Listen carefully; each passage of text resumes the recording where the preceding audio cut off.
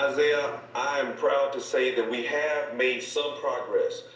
Even today, on this 1 year anniversary, I am proud that on the House floor, I passed with Senator Boris Miles Senate Bill 68 and 69, which would ban chokeholds.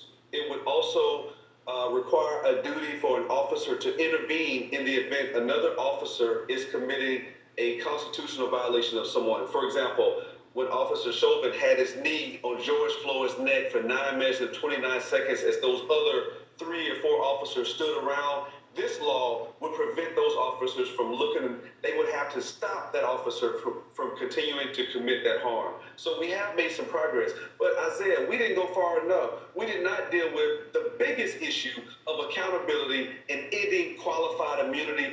That didn't happen. And for that, that is a big missed opportunity for this 87th legislative session. Now, why did we see opposition to qualified immunity?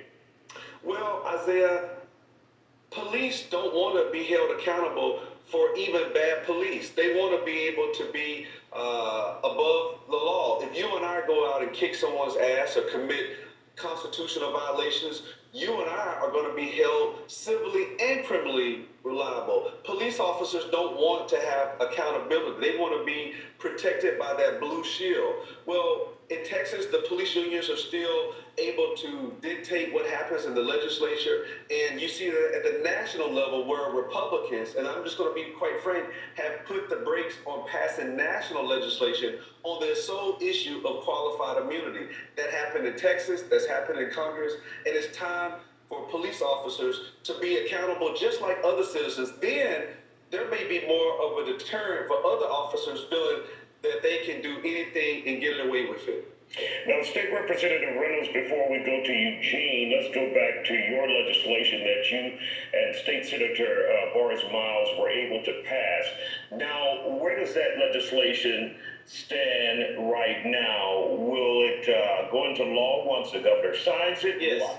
Yes. So unless the governor decides to veto it, that bill will be, as of today, on the 1 year anniversary of George Floyd's death, that bill will be passed on third reading, and then it goes to the governor. I believe that he's going to sign it. I would like to think that he's not going to veto it. Governor Abbott came to the funeral of the Floyd family, and he made a promise to the family.